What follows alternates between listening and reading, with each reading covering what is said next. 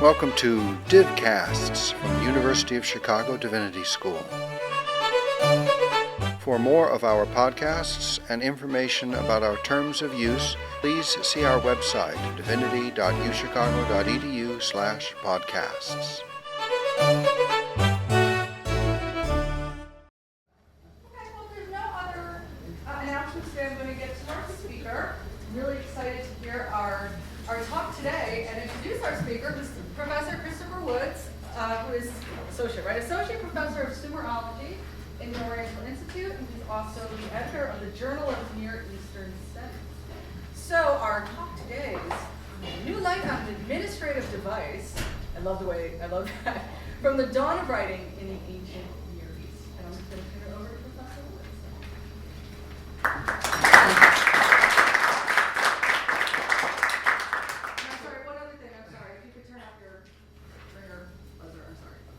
Well, thank you for this invitation and for the lovely lunch. Today, I'd like to introduce you to a project at the OI, which involves revisiting a very familiar, but still very much debated artifact from the Proto-Literate period of the ancient Near East, and describe our efforts to learn more about these artifacts using state-of-the-art technology and some fancy digital imagery techniques. Now, these objects, they're pictured here, and some of you probably are familiar with these. These are clay envelopes, or they're hollow balls made of clay. These are about golf to baseball-sized objects that bear on their surfaces, you can see here, seal impressions. They have designs on their surfaces. And they contain within them these small geometric clay shapes that we call tokens. Now, these balls or envelopes are subject of great interest because they represent a complex accounting device, really of unparalleled complexity, for the Proto-Literate period, just before the invention of writing. So this is roughly 3500 BC in ancient Iraq and ancient Iran. So they're very much part of the story of the rise of the first cities and the economies upon which they were built. And as they're found in Iraq and Syria and Iraq, they also speak to interregional contact in the Proto-Literate period, specifically a period that we refer to as the Auric expansion. I'll mention that term again. And as many of you here no doubt know, they've also garnered a great deal of attention in recent years for their purported role in the invention of writing, and that's one of the things that attracted me to these devices as a Sumerologist. And we're still working on this project. What started off as a study of these clay balls, envelopes in the Oriental Institute's collection, has grown into a study of all of these objects worldwide. There are about 150, 160 of these, and this, of course, takes some time. So today what I'd like to do is give you a progress report with some preliminary findings and tell you a little bit about what we can learn about these artifacts using today's technology and some of the implications for research in terms of early administration, numerical notation, and a bit about writing. So basically what these objects are, they're records of transactions. And as you can see with the broken envelopes here, sometimes we find these little geometric shapes of various kinds were placed within the envelopes before they were closed shut. Now these objects, the tokens, the shapes inside, must relate in some way to the commodities that were being transacted before writing, while the use of seals on the outside, the seal impressions, must identify in some way the parties that were involved in the transaction. These points, I think, are pretty uncontroversial at this point. Beyond that, there's a lot of debate over what these objects are, what they represent. So the OI excavated 30 or so complete and fragmentary envelopes from the site of Chogamish in southwestern Iran in the late 60s. Chogamish, as you can see here, and the very nearby site of Susa. These were two very important regional centers on the Susiana Plain. It's part of southwestern Iran. And both of these sites figure very prominently in discussions of the Auric expansion that I've already mentioned. During this Auric expansion was during the 4th millennium, so basically 3800 BC down to about 3200 BC. And this is a period when the culture of southwestern Iran and actually parts further to the north in Syria and Anatolia were very heavily influenced by southern Mesopotamia, and we refer to this as the Auric expansion based on the sort of the type site of southern Mesopotamia, Auric, which was the largest city at this period. In fact, part of the evidence for this Auric expansion, the spread of Auric civilization, are the presence of these clay envelopes at both Gilgamesh and Susa and elsewhere. And these are remarkably similar to those that are found at Auric.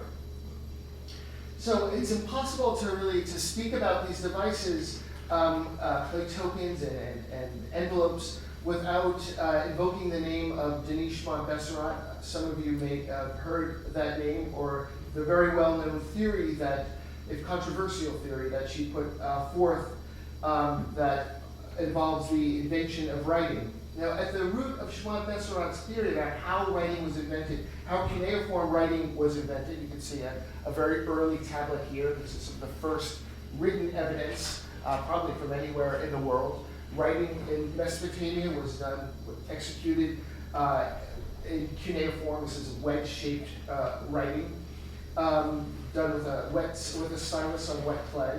Well, at the root of Montbesserat's theory is the idea that these tokens, in some cases, they go way back to the 9th millennium BC, the plain ones at least, that are just simple shapes, that these tokens were the ancestors to the numerical graphs of later writing and the actual word signs of writing. Specifically, her proposal is that with these plain tokens, they're undecorated, these became the numerical graphs, while these much later decorated tokens, they're decorated with their various etchings and markings of various kind. These, they appear around 3500 BC, became the word signs of later writing. And in this scheme, she sees these clay envelopes as really being the linchpin, the sort of the dividing line between accounting with tokens and later writing on actual tablets. Now, the theory is controversial because most specialists don't accept the idea that cuneiform word graphs originate in this token system. But I think a more compelling argument can be made for tracing the numerical graphs back to the tokens. However, the fact that the tokens, at least in terms of these clay envelopes, they're hidden within these envelopes, it makes testing this theory very, very difficult. We have the envelopes, but we don't know what's in them, so we can't really say much more about these artifacts, the relationship to writing, or even what role they played in ancient economies. The envelopes that are housed in museums, museums are pretty squeamish about people breaking artifacts open and opening these things up. So there's really no way to directly assess these. And for instance, just a few years ago, it was estimated that only 3% of these excavated envelopes were the contents known with certainty. So with our project to CT scan these envelopes, we've more than doubled the corpus that we know. So there's really a real possibility now of making progress with these artifacts with the use of high-resolution CT scans, which really are just made possible in the last few years. So we're not the first to use technology to reveal the contents of these envelopes, or at least attempt to do so. Already in the 60s, when these were excavated by the OI, they were immediately x-rayed at the hospital. In the 80s, the envelopes from Susa that I mentioned were x-rayed in Paris. And the results are never very satisfying when you have a simple x-ray, because identifying the number and shape of the tokens with certainty is practically impossible. And they tend to sort of hide behind one another in these balls, and they're often pressed against the edges of them, so it makes this very difficult. In the 90s saw the first attempts to scan the envelopes from Auric. These are housed in Berlin, using 3D tomography or CT scanning. It's the same technology used if you happen to have a CT scan image done. Now what this is, a tomography, a computerized or computed tomography, it's the process of taking a series of X-rays, X-ray slices of an object, and combining them into a three-dimensional volume. The Berlin attempts, however, were only a very limited success. You can sort of see the shapes of the tokens, but you can't tell if they have markings or etchings on them because the resolution wasn't high enough. However, as I mentioned, great strides have been made with this technology really in just the past few years, not only in terms of the X-ray, the resolution of the X-rays, but also our ability to digitally manipulate the resulting images. So this brings us to our scans, and what you see here is a composite three-dimensional CT scan volume that is made, and I'm going to just pause this for a second, made from 409 X-rays taken at planes that are separated by a 5/1000th of an inch. So this is a lot of data. The images were made by a company in Minnesota called North Star Imaging using an industrial CT scanner, so it's a much higher resolution than you might find at a hospital. These X-rays are superimposed to create this three-dimensional volume, and then what we do is we add a false color surface to digitally distinguish density boundaries. Really, CT images are all about separation of density boundaries. And as you can see here, the seal impressions really sort of jump out at you with these images, actually much more so than they do if you actually were to hold the actual object in your hand.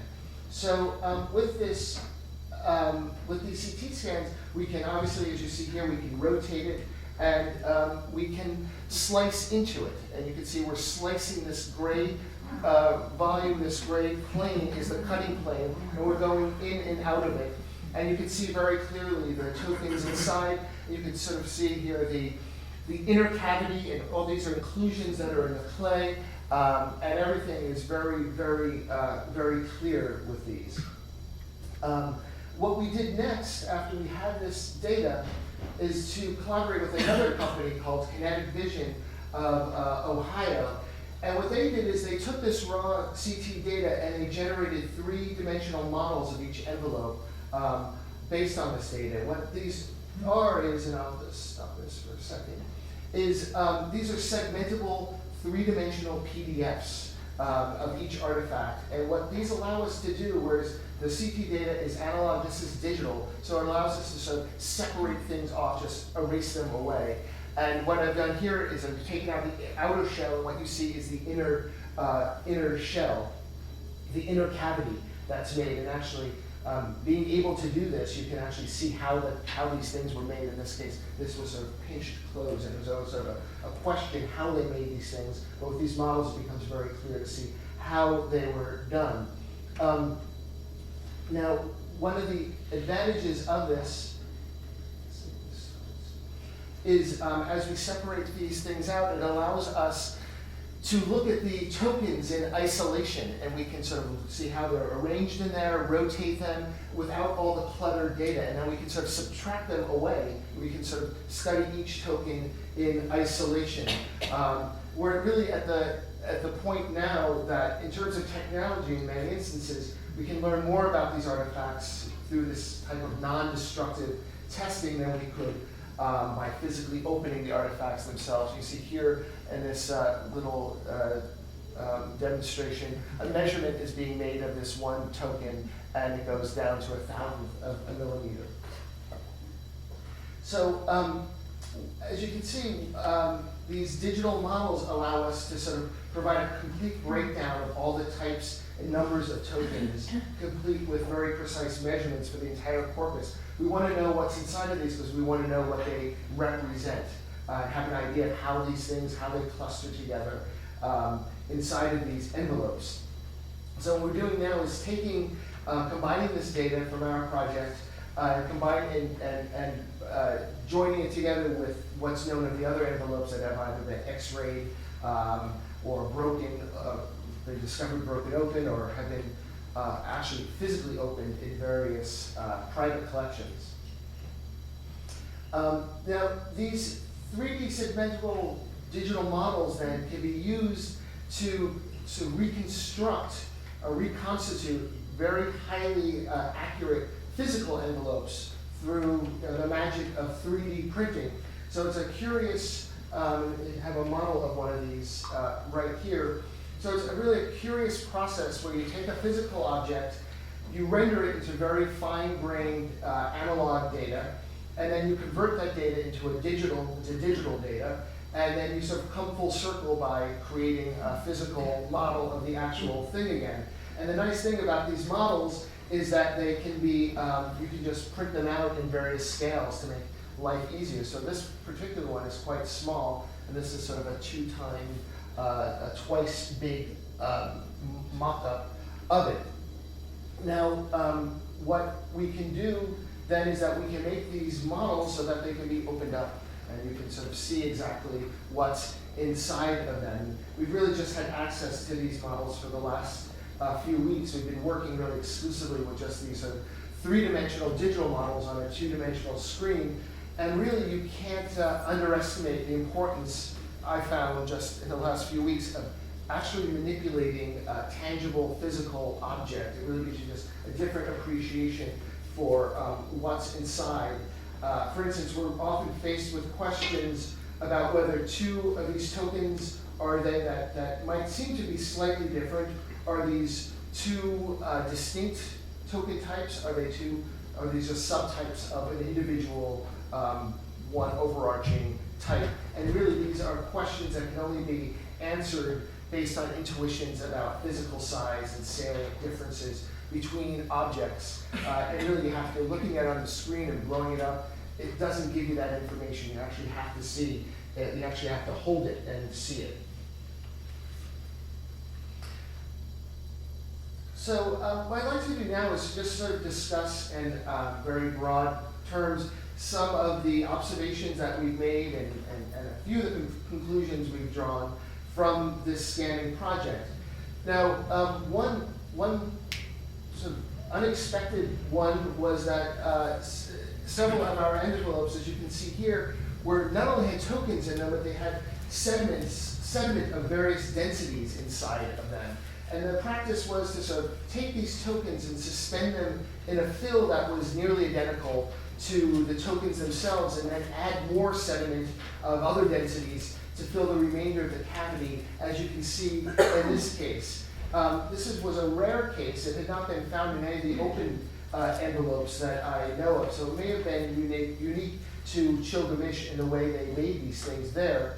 And this sediment, this fill inside, consists of sand or low quality, unlevigated, this is clay that has not been cleared of impurities. It differs from the very high quality clay that makes up the envelopes, and particularly the tokens. They would use a very, very fine clay that was rinsed and washed of impurities, particularly in the case of the tokens. And the purpose of adding the sediment to these envelopes was presumably to sort of stabilize and protect the tokens from breaking. In fact, several of our envelopes without fill in them have tokens inside that are broken, and that means because they rattle around inside, and if they break, that would of course change their geometric shapes and of course their values. So there was it was a benefit to have these things stabilized inside of them. Now, incidentally, one of the benefits of working with digital models of these kinds is that we can manipulate the images to make digital repairs of these tokens within them. So we have helps us really generate a complete inventory of what's inside of them, because you always find these little bits and fragments, and you wonder, are these just small tokens, or do they represent fractions or something, and be able to sort of put them together in a sort of digital three-dimensional jigsaw really helps resolve some of these questions. Now, in terms of the presence of fill, we had one envelope in particular that was very strange. It contains this sort of uniform material that is substantially lower in density than the clay of the envelope. Now, because these are X-rays, anything that is, the darker the image is on an X-ray, means the more readily it is passing the actual X-rays. So this means that darker means that it's less dense. Actually, you can see here along this red arrow, I've actually plotted the density as a function of distance. You can sort of see how it drops off, but it doesn't drop to 0. Now, within this envelope, you can see there are these strange shapes inside, and these are presumably the tokens. And you can see they have these little circles that surround them. So these tokens were made of the same material, and they have these circles around them are actually zero density, have no density at all. So these are air pockets around them. And what this suggests is that these particular tokens might have been surrounded in some type of organic material that's disintegrated and left just sort of these round circles surrounding them. So when we try to model this using our programs, this internal cavity, we get this very sort of strange amoeba-like mass inside. And this sort of suggests, you can tell by looking at it, that this material was added as a liquid into one of these envelopes. And I suspect that it's bitumen or bitumen mixture. Bitumen is a type of petroleum product that was used to caulk boats and waterproof vessels of various kinds. It's like a tar or pitch. So perhaps what they did in this case is that they made tokens out of this bitumen mixture, wrapped them in a textile, and then put them in an envelope that was filled with bitumen, and of course the textile would help separate the tokens from the sediment.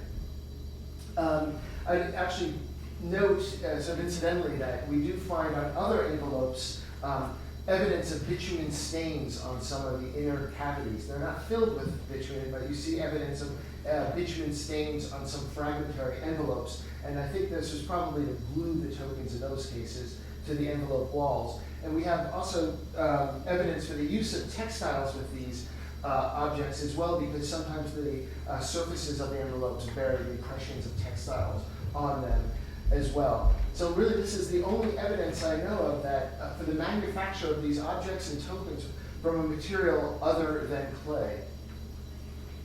Now, another feature that we observed with these envelopes is the existence of very fine thread channels that run through the envelope walls. These are very fine, maybe 1 or 2 millimeters in thickness. And these channels are present in about half of the envelopes. Some, as you can see in this case, run right through the envelope walls, one in one side, out the other. They never interfere with the tokens, so these were probably made before the tokens, and certainly made before the tokens were introduced. Some envelopes have 5 or 6 of these channels crisscrossing the width of the envelope wall. So as in the case of this sort of material fill, we're learning that there's more to these envelopes than we first supposed, and we've come to the realization that, contrary to what's been typically been assumed, they're not self-contained devices. We don't have the entire system. The extant artifacts are only part of a larger administrative structure, portions of which have not been preserved in the archaeological record. Now, these channels, I think, very likely held their evidence of strings that would go in and out of these envelopes. And maybe these strings would have bore tags or labels that indicated the contents of the envelopes, which of course would otherwise be unknown. So if you want to know what was inside, you'd have to destroy the object otherwise. So probably that's what this is evidence for, strings that would hold tags that told you exactly what was inside of these envelopes. Now, if this is the case, then this was sort of a parallel method of marking to that was found at nearby Susa. A number of the envelopes that are found at Susa, very, very close to Chogamish, bear impressions of the very tokens that were sealed within. So what this did is it allowed ancient accountants to know the contents without having to break the artifact open. Strings that held labels or tags, perhaps these were maybe even made out of wax, would have served the very same purpose. Another feature that we noticed, and this was actually something that you don't need to look inside of it to see, but it had not been noticed before. It's because of these images where they really pop out at you and you start comparing them. You see something on the surface that's always been there, but you just never noticed it before. That a number of these envelopes have what appear to be numerical markings on their exteriors. And it's these, you can see these are, they're placed in very sort of strategic locations, like here, these two impressions, and this is how you would make numbers in later cuneiform. They're pressed on either side of the legs of this board. Here it's through the eye of this lioness, through a porter here who's carrying something, here through a standard of a very important god. It's probably not coincidental that the diameter of these impressions match the same, that have the same diameter, about 3 or 4 millimeters, to the numerical markings that we find on numerical tablets. And the evolution of these devices, these clay envelopes, would be partly in part supplanted by tablets that just had numbers, and later they would add words to those numbers. Writing really began with numbers, and the writing of words was secondary. So it's apparent that these markings were made with the same type of stylus, the back end, the blunt end of a stylus. Of course, it would be nice if these impressions correlated with the tokens in some way. You know, if you could correlate them, and that would help you figure out what's inside, but it's a problem that sort of resists that interpretation. These impressions are always 1 or 2 in number, and they're not limited to Chogamish. I've actually seen them from ones from Susa and even from Mesopotamia as well. It's always 1 or 2 in number, and they must relate to some variable in the transaction not accounted for by the tokens within. Say it might represent a time measure, administrative time measure, or maybe some part of the bureaucratic apparatus that was part of the filing or organization of these documents into archives. Of course, you know, one of the primary things that we want to know about these envelopes in terms of the relationship to writing is if they contain these more complex tokens that have been suspected to be the antecedents of written words. This, as I mentioned, is key to Schmack-Besserot's theory. If we would accept that these more complicated tokens, the ones with etchings and markings, represented words, then we might expect to find them in these envelopes. As it turns out, we only find one of these tokens within the envelopes. What you see here is what has been identified as the silver token, is representing silver because it looks like the later cuneiform sign for silver. I think that's a very doubtful identification. It more likely represents a number or a fraction in a particular metrological system. In fact, this is the only token that we find that looks like has markings or etchings on it of any kind from anywhere in the ancient Near East, the ones that we know of that have been opened. And you can see 4 examples in this envelope from Mesopotamia. So it seems really reasonable to conclude at this point that any connection between the envelopes and writing must be limited to the writing of numbers and not words. In fact, once you see and you study how these tokens cluster together within various envelopes, it's apparent that they represent the hierarchies of counting units for a variety of metrological systems. And I'll return to this in a minute because this is precisely how numerical notations work in the earliest writing systems. Now, before doing so, I just wanted to talk for a minute about, to turn away from the interiors of these envelopes and talk a little bit about their exteriors and these seal impressions on the outside, because it's the correlations between these seals and the tokens and the archaeological context that are really critical for understanding how these envelopes function. Now, we all agree, I think there's a consensus that these, they all served an administrative purpose, a bureaucratic purpose, but what exactly did they do? Well, I would suggest that they represent records of disbursements. And I say this based both on what is known of sealing practice from later historical periods, but also based on those tested by the envelopes themselves. Now, if we can consider how sealing works, where do you put a seal? How do you use seals in later historic periods? Well, the vast majority of sealed documents, the sealed cuneiform tablets, at least for the 3rd millennium, are receipts for disbursements rather than, say, records of deliveries. The rationale behind this is simple. There's really a greater necessity to keep track of things that have been expended rather than things that are on hand.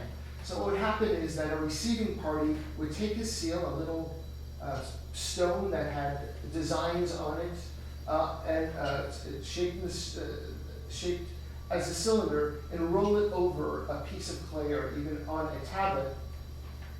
The receiver of goods would do this, and the document itself would be deposited with the distributor or seller as a record of what was expended and to whom.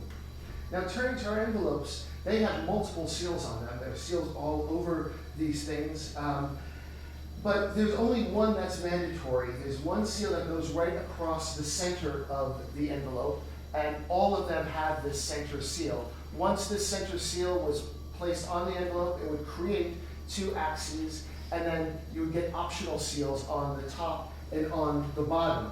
Now, one distinguishing feature of these equatorial seals in the middle is that they vary greatly from envelope to envelope. Really, no 2 envelopes have the same equatorial seal. Whereas these polar seals, on the other hand, reoccur on multiple. They get the same types of seals on the poles. So taking this all into account, I would suggest that the primary seal, that equatorial seal, belonged to the recipient, the person who's receiving the goods, and that these envelopes were deposited in the archives of the distributing party. And in fact, we find them in sort of dug-out holes in houses where they had been archived. These optional polar seals then would belong to the distributors or any sort of 3rd person, a guarantor or witness that was involved in the transaction. And this, of course, would account for why the polar seals show less variation than equatorial seals. Recipients outnumber the distributing or overseeing officials. So if this is correct, then these envelopes were really the ancestors of later sealed administrative texts. They were essentially proto-literate receipts for disbursements of specific commodities.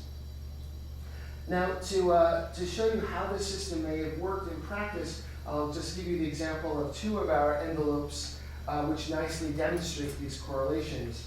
We were surprised to find this type of token, we call these coils, in these envelopes because this token type had never been seen before in an envelope.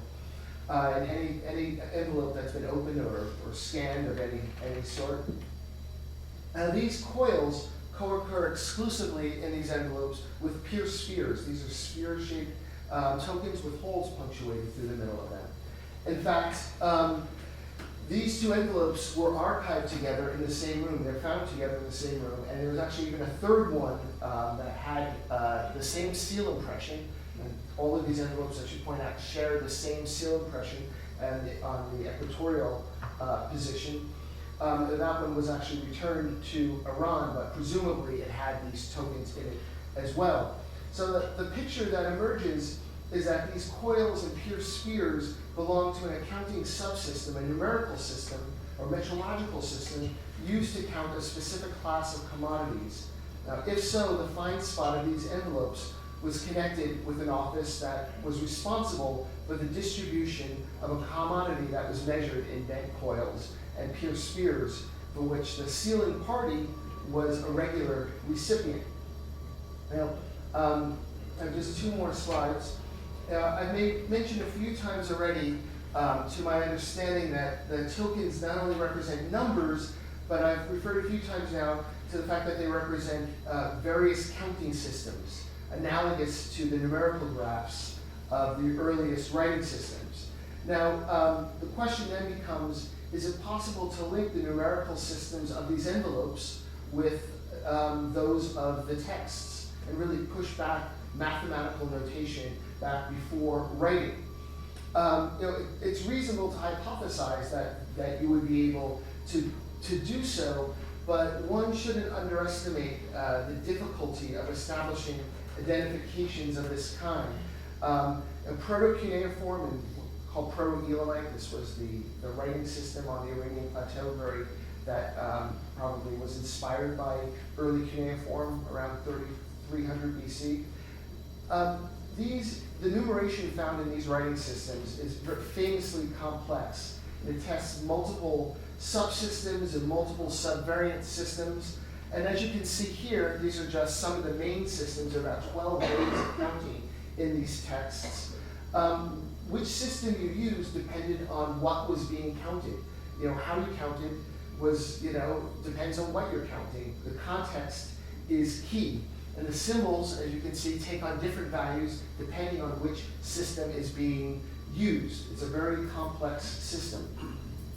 So I'm somewhat skeptical that we'll ever be able to conclusively assign numerical values to all the tokens, but where I think progress can be made, and in many ways this is a more important issue, is understanding, as we saw in the last slide, how these token types cluster and vary, and how the parameters relate to sealing practices, the seal motifs, and the context and location of these devices. And more than simply being able to say, well, this represents 60 or this represents 10, this will tell us something, I think, more profound about these artifacts, how they function, and how numerical notation and thought developed.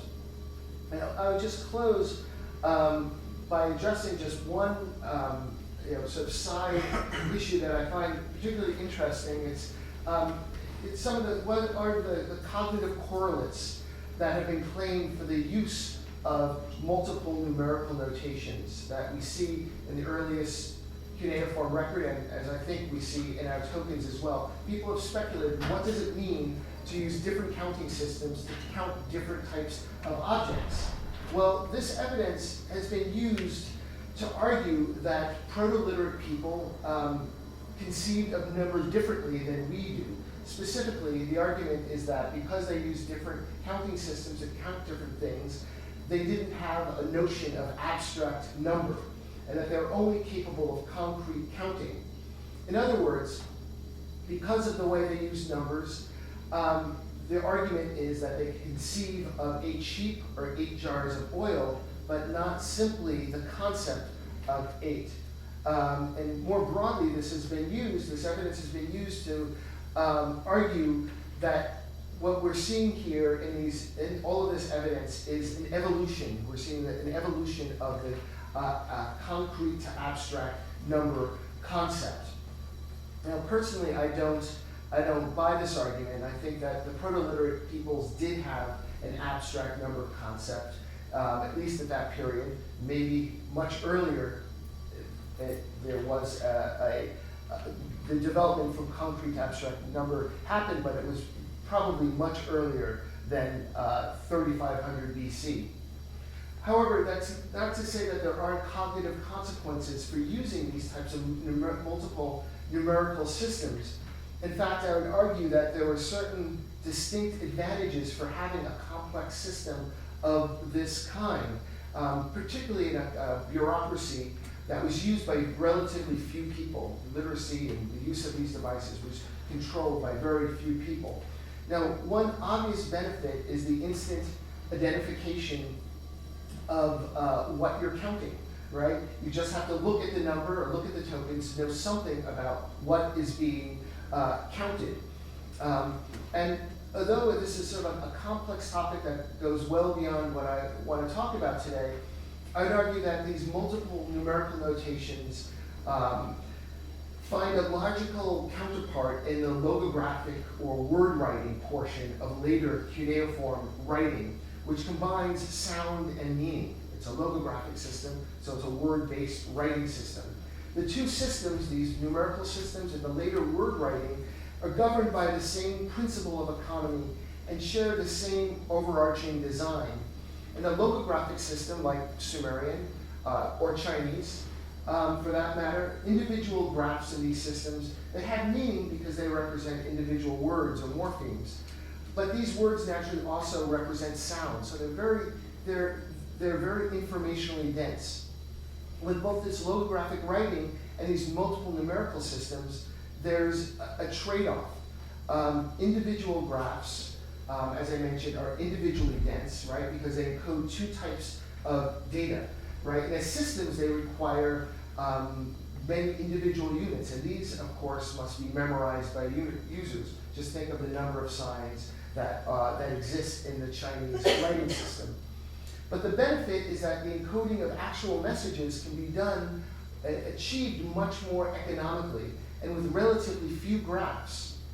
So both systems emphasize sort of the rote memorization of units, whether they be learning hundreds of logograms, as in Chinese or Sumerian, or mastering these multiple numerical notations. But you do so that in the end, messages could be expressed as succinctly as possible.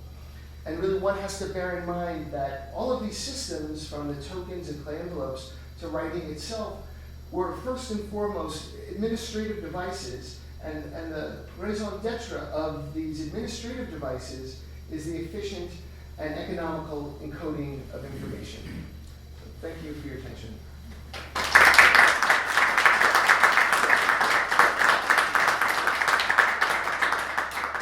there's some time for a few questions, I can take some questions. Yes? Do you know if these clay envelopes were fired in the kiln or were? Yeah, that's a great question. When you fire clay, it actually becomes slightly more dense. And what it looks like, and there's an argument with the envelopes, whether that envelope's lightly fired or not. And you need to do special tests to see that. They seem to be unfired, but it's been suggested that the envelopes from other places have been lightly fired. The tests to do so, they're slightly destructive to do that. You need to take a little sample out of them. But it looks like the tokens tended to be fired. You can tell that because they're quite a bit denser. And that's really the central to the envelopes, which protect the transaction from fraud. But the actual transaction itself is represented by the tokens. Now, they don't have a value, they're tokens, they're symbols, but you want to be very clear on how they're made and very clear on their sizes and shapes. So the tokens were fired, and the envelopes, if they were fired, it was at a very low temperature and not for very long, maybe just for drying purposes. And the tokens also, some of them are size sensitive, right? So they come in very distinct, like spheres. They come in three set sizes, and they're very careful about distinguishing those sizes. And so baking them sort of, no doubt, help keep them at the sizes that they were intended to be. The reason I asked that is if you were looking for an explanation for the holes, like the string holes, if they weren't fired, you could string them together and dry it. That's right, yeah, people have, otherwise it yeah. would mush part of the... That's right, yeah, so these are, so I thought about that. Could these be help with the firing? But some of them, these holes, they don't even go into the cavity. They'll just sort of arc through the cavity, and they're always symmetrical. They were made with, you can tell it must be made with a needle and thread. And they're very fine, so they're not probably big enough, at 1 or 2 millimeters to really have served a purpose in firing. And as I said, some of them, about half of the ones that have them, they do not go into the cavity where you would want to be able to release the air. That's too small to be holding labels, as you suggested, too. Well, I don't know. I mean, if they would be, I think, when you look at it, you never think about these things until you sort of face with a problem. But, when I was 10,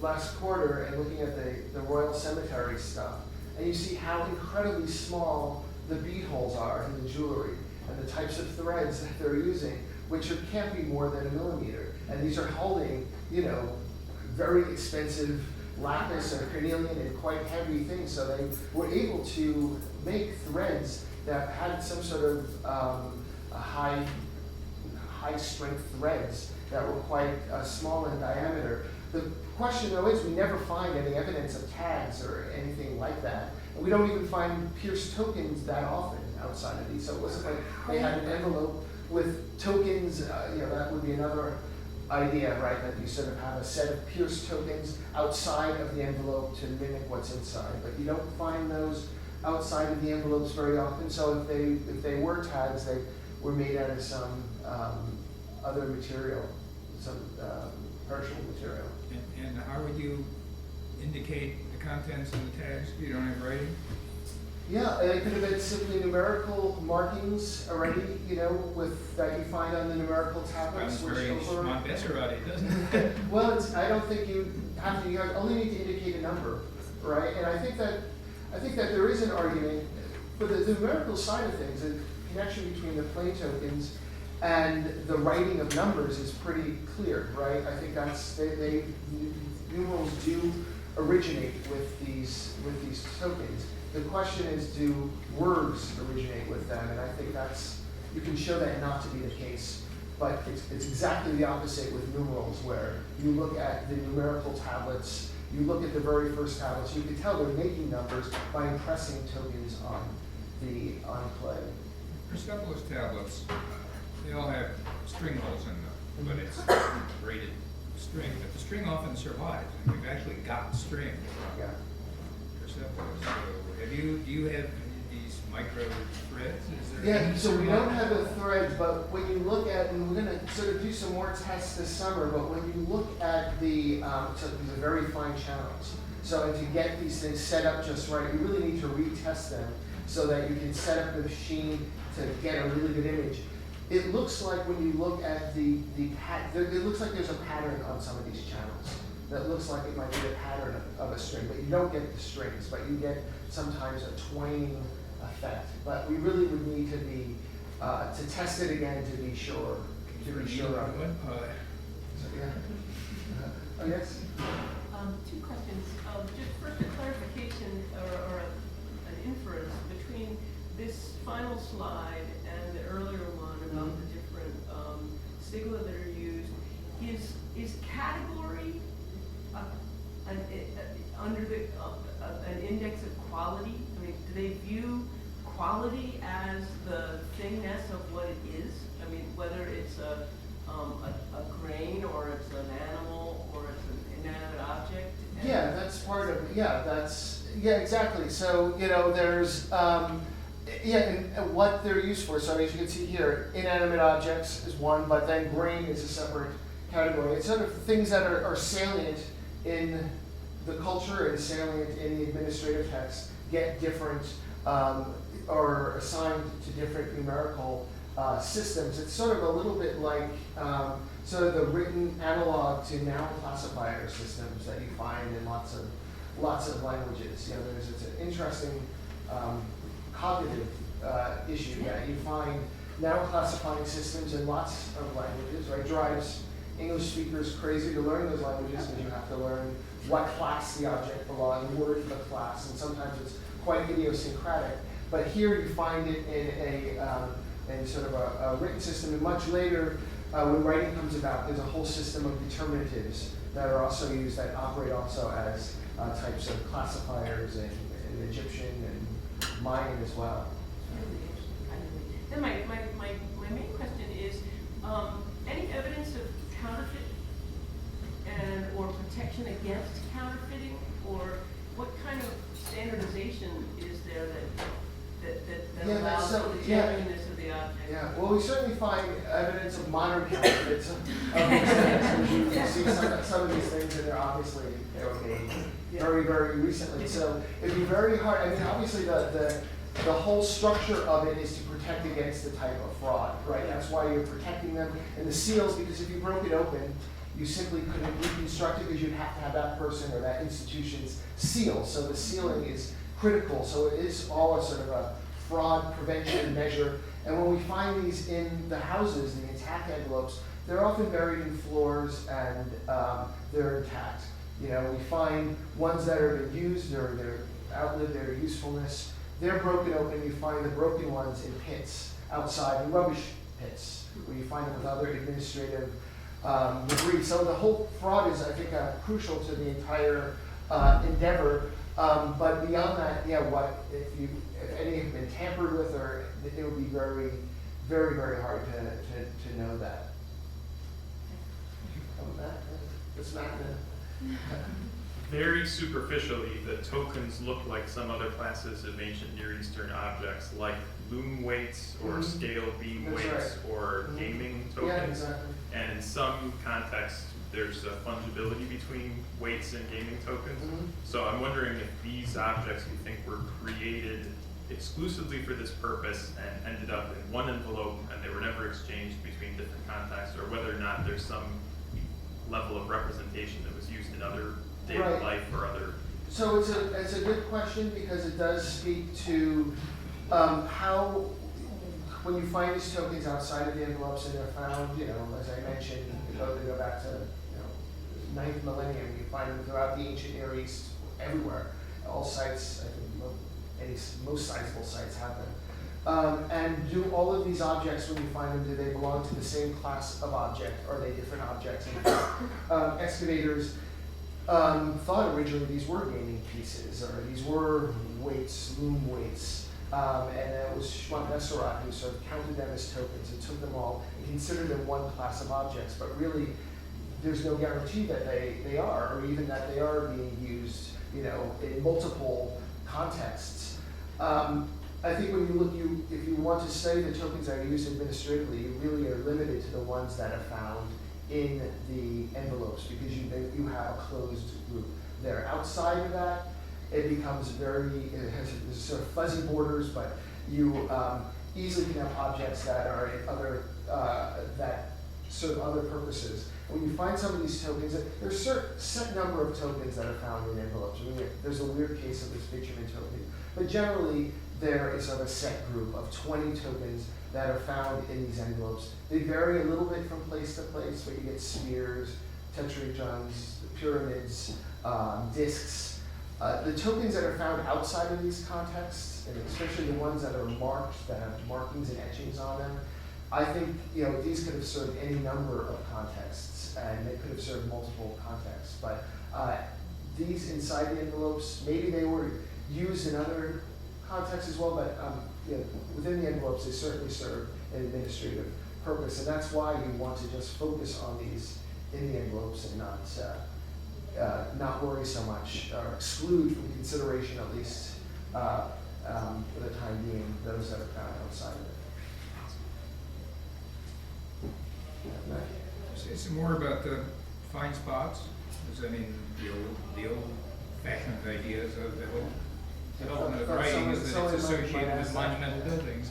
That's right, yeah, so much, so actually that's one of the really nice things about these Chocomish envelopes is that they were excavated in the 60s, 70s using relatively modern techniques of data recording, so you can say quite a bit about their archaeological context. This isn't true for the other ones found in places like Orc and Susa, which were found a long time ago, when these places were excavated in the way they are these days, or relatively recently these days.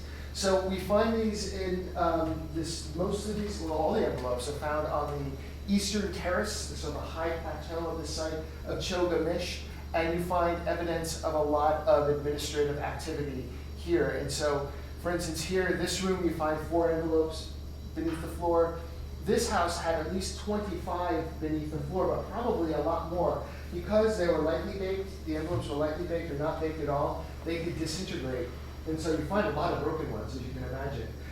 This room 18 here that had 25 intact ones had lots of other tokens and lots of fragments of envelopes. So there might have been as many as 40 of them archived in this underground pit. What's interesting though is when you look at the areas outside of the rooms, these sort of rubbish pits, the envelopes are all broken in those contexts, so that these would be discarded. You find these with other spare tokens. You find them with even tallies. There are some ancient tallies. You find them with door ceilings, jar ceilings, a bunch of discarded administrative debris outside of the rooms in pits. And the fact that you find broken envelopes in the pits outside of rooms, but the intact envelopes are always inside of the houses, sort of corroborates the idea that these were in fact archives, that they were keeping these envelopes. They were stored. They're deemed to be important or at least still active on a certain level. But they're not associated with monumental buildings anymore. No, well, there's always a question there that what some of these, I think these are all houses. These are all houses, and this was some, it'd be great now if you excavated the site now or went back to Chogamish to do some, micro-analysis of what, if you could pick up what was being done, what kind of activities were carried on in these rooms, if there was evidence of certain grains or anything that would suggest what was being housed in these rooms. But these were, I presume, the distribution rooms for these various commodities that were traded. And they sort of correlate, with these different rooms like that. These envelopes were on different ceilings than these. There's you can tell that there's a distribution of function. Yes? I was curious with the time period of the span that you're finding them, because 40 envelopes really isn't that many, right? If you're thinking over a long period of time, like how often are people actually using it in, day to day? Right, so I think that, these envelopes, they're relatively short-lived. So they come about, and maybe they were in existence for, they were in heavy use for maybe a century or two right before writing. Like writing, written documents weren't used for a lot of transactions. Only certain transactions warranted written documentation. So I don't think whenever something was traded or moved, they would make one of these envelopes. I think there's probably very special cases where they needed to make those, on analogy with later written evidence. Of course, if something had outlived its usefulness, later when you're writing, you break the tablet, right? So a lot of these are probably discarded. But still, when you take all of the evidence from the sites, even the little bits and fragments, you get the impression that, no, these were not used all the time. And they were probably, only used in certain circumstances. When writing was invented shortly after these envelopes, it replaced them in large part, but not entirely. We even find sometimes these envelopes much later. They're probably used among illiterate people, illiterate workmen, as a means of keeping transactions. In fact, one case we find this is from 1300 BC, and it actually has cuneiform writing on it. And that's how we know it, these envelopes, we're sort of projecting back based on this example. It has cuneiform writing on it, and it's actually found with a tablet. And it was a contract for shepherding sheep. And it was for 49 sheep, and it had 49 pebbles inside of it, and it calls, these are the stones of the sheep. And it had a tablet that was written probably for the sheep owner, the contract, because he was literate, and presumably this device was a parallel contract for the illiterate shepherd. Yes? You talked about the equatorial seals and then the polar seals, and you said that normally there's almost always an equatorial seal, but not always the polar seal, so you're suggesting the equatorial seal is for the recipient and the polar seals for distributors or third parties? That's what I think. Do you have some instances where you say have a top polar seal but not a bottom polar seal, or vice versa? And would you suggest that one of those is for the distributor and the other for the third party, or? Yeah, so you sometimes can get, all types of combinations. Do you ever get one where there's one polar seal and not the other?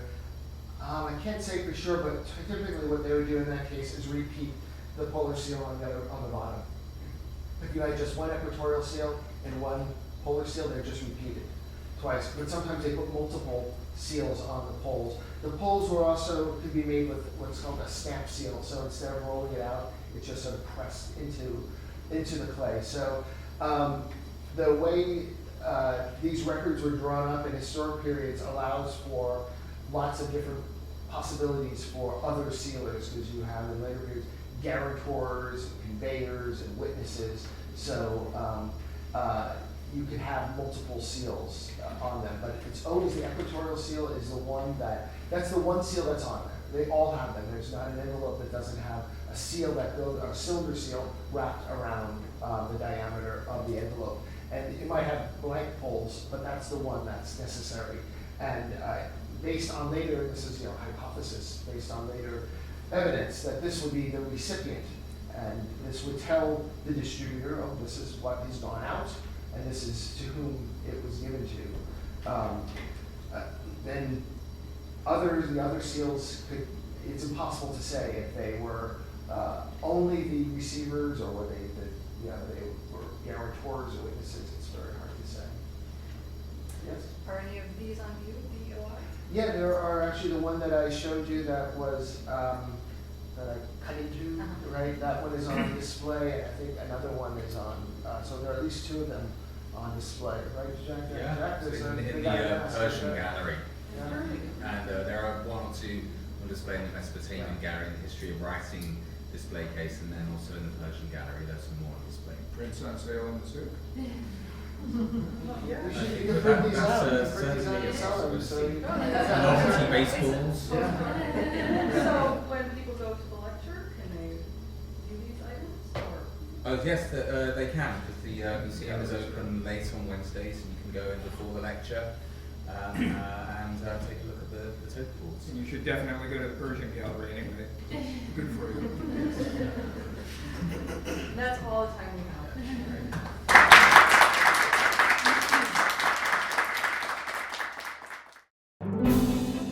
We thank you for listening to or viewing our podcast. For more information and for other podcasts, please see our website, divinity.uchicago.edu/podcasts. Copyright, the University of Chicago Divinity School.